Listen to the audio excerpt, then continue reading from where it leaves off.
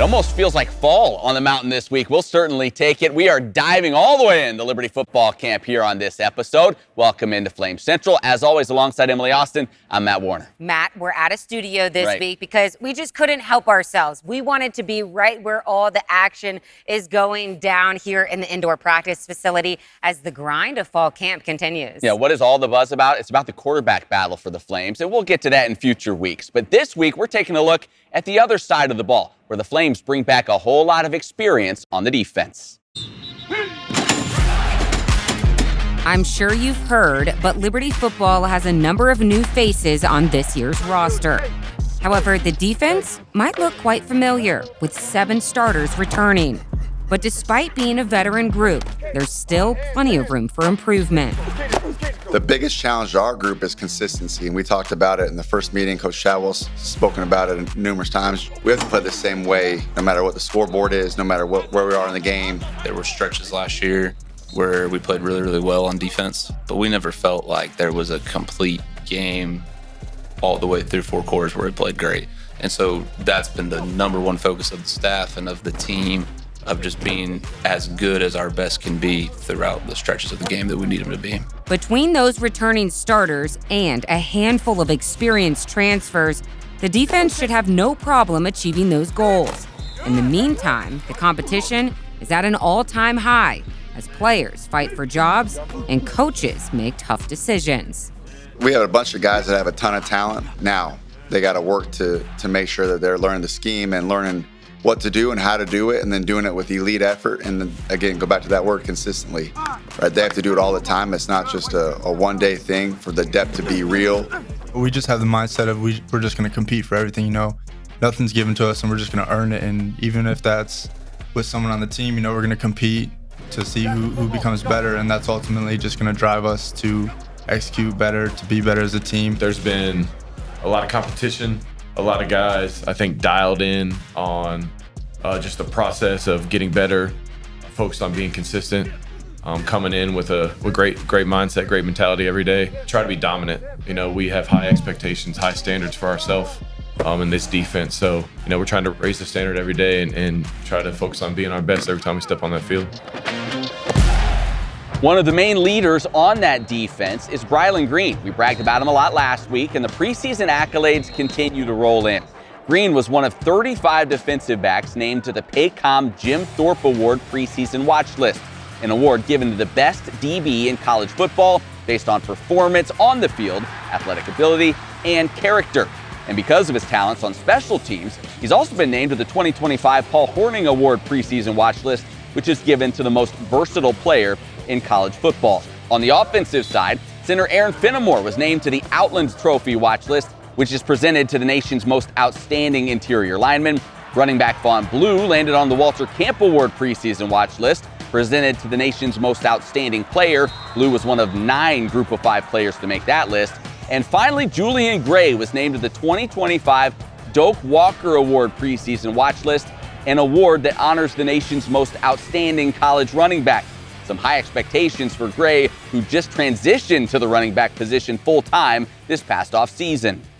A lot of preseason hype for the Flames, but they should be able to meet those watch list expectations. Why? Well, because Chad Scott is a head strength and conditioning coach, and he joined us on this week's Flame Central podcast presented by Ortho Virginia to discuss how he's brought this team closer together on and off the field. Because you spend more time with the kids than anybody. Mm-hmm. How do you change how you structure that or do that where you can work it the best way possible to be able to bring that continuity and motivation back to these kids when you have so many new faces? Yeah, and I think it goes back to connection, right? And so, my staff and we really set out to connect with these guys, and not only with them, but also connect the team to themselves. And so we give them an opportunity to talk about themselves with each other. I have this thing where we'll do at the end of workouts or we'll do at the end of practice, and I call it 200-yard walks. And essentially, I'll just pair them up with a guy, 1 or 2 guys, and I'll just have them walk 200 yards. So they'll walk 100 yards down, 100 yards back, and we'll give them something to talk about. Ultimately, it's that initial connection that carries on. The deeper they dived into each other, just emotionally, the better we're going to be on the field. What a loaded podcast we have for you this week. We went with the double dip and had two entertaining guest interviews, Coach Scott and Dr. Ed Gomes, who is tackling a new role here at Liberty. You can hear more about it on the Flame Central podcast presented by Ortho Virginia. Listen wherever you get your favorite podcasts or watch it on the Liberty Flames YouTube channel. Switching gears to professional baseball. The trade deadline for MLB was on July 31st this year. It's always a chaotic day, and this year it involved two former Flames. We'll start with Will Wagner. The Toronto Blue Jays traded him to San Diego. Padres then optioned him to their AAA affiliate, the El Paso Chihuahuas. Then the Texas Rangers traded lefty Garrett Horn to the Minnesota Twins. Horn will now pitch for their High A affiliate, the Cedar Rapids Colonels. A new opportunity for both of these young players. We'll keep you updated on their progress as they continue their pro careers. We now turn our attention to the pool. Recently, Liberty Athletics announced their Hall of Fame class of 2025, and it came to no one's surprise that swimmer Alicia Finnigan Cardie made that list. In 2018, she was named the CCSA Female Swimmer of the Year and still holds the program record in the 200 butterfly. Even though her competitive swimming days are over, Alicia still has so much to give in and out of the pool. Now heat 3 coming up. Alicia Finnigan swimming in lane 6. The movement itself of swimming is just kind of magical. It's silly to say, but I felt like I was flying through the water. Finnigan is definitely a racer. I just really love that motion. Everyone's got to catch Alicia Finnigan, and I don't think it's going to happen today. Nearing the end of the 200-yard IM, and it is all Alicia Finnigan. The water just holds all those memories. And stepping back in, with or without the team, you feel that again. Finnigan in lane 6, starting to pull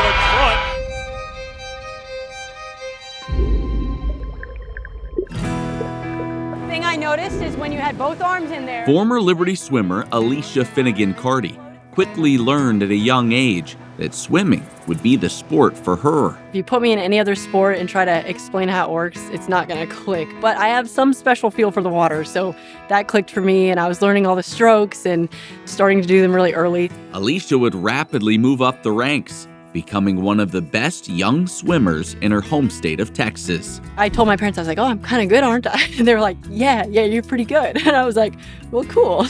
As Alicia progressed through the sport, her God-given talent and competitive nature would catch the eye of college recruiters.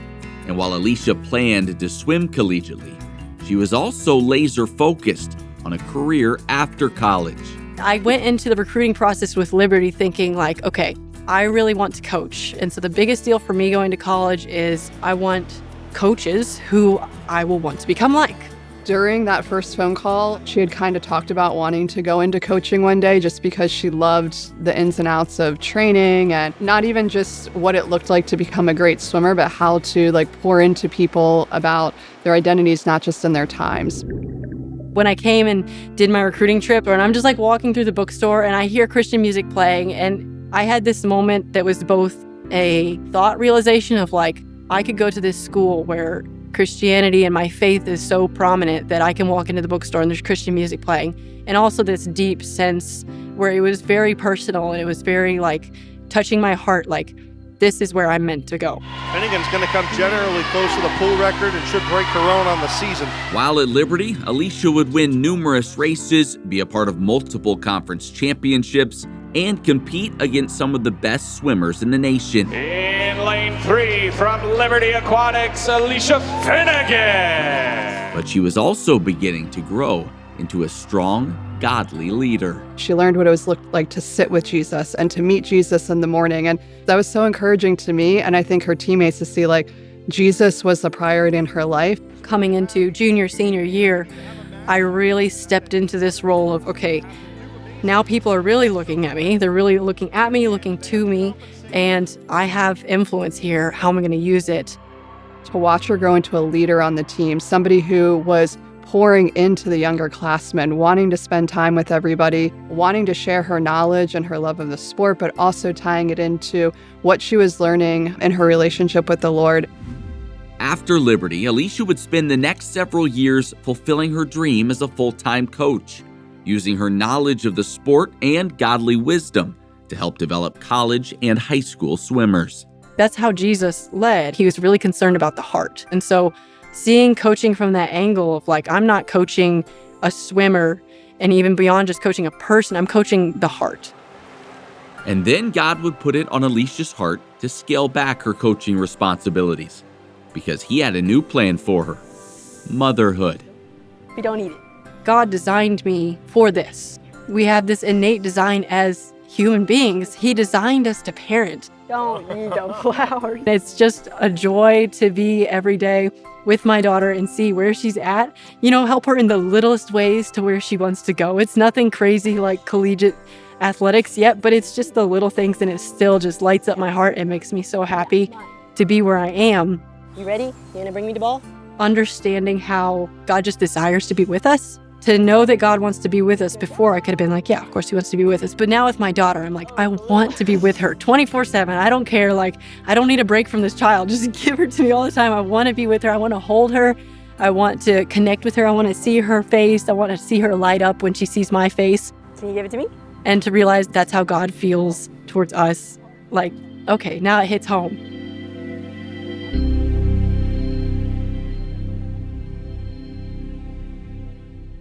Thanks to our John Pratt for producing that great piece. So excited for Alicia as she journeys into this new chapter of motherhood. Matt, she's in total mom mode. Yeah. But when there's a summer camp going on here at Liberty, she is right here back on the mountain, pouring into the lives of these young swimmers. So it's really cool to see. It is. What is it you hear all the time? Going to Liberty, not just a 4-year decision, it's a 40-year decision. I think you're seeing that with her. The program meant so much to her during her time here, and now she's able to give back to them in these coming years. Congratulations again for being inducted into this class of 2025 Liberty Hall of Fame. All right, well, staying on the topic of Flames alumni and coaching, Liberty Lacrosse announced the return of Lizzie Ferguson as an assistant coach. Lizzie played for the Lady Flames for 5 seasons from 2018 to 2023. She finished her career as the program's all-time leader in draw controls with 288, including a single season record of 182 draw controls in 2023. The midfielder also earned the program's first All-American selection as an honorable mention. And she's just as impressive off the field. Following graduation, Lizzie served as an athletic shepherd, helping to train champions for Christ and acting as a mentor for student athletes. What a great addition to this Liberty Lacrosse coaching staff. In other alumni news, another Liberty basketball player inked a pro basketball deal overseas. Javon Mofmer signed his first professional contract with Zastal Zielona Góra in Poland. You didn't know I spoke Polish, did you? Oh, nice. I've been practicing. The team competes in the Orion Basket Liga, the top league in the country. Mofmer played his final collegiate season with the Flames, appearing in all 35 games. The 6'6" guard averaged 8.7 points, 4.3 rebounds per contest, and was a key factor in Liberty's success on the defensive end. All right, we stay on the hardwood for our next story. Yes, it may be the off season for the Flames, so there are still a number of athletes here around campus, and they're still finding ways to serve others. Yeah, the Flames recently partnered with Harmony Day Support, a local program for individuals with developmental and intellectual disabilities, where they went to Liberty Arena to shoot some hoops. Take a look. Let's see who's gonna get the first mate. Oh, let's go. Hey, there you go, Dorothy.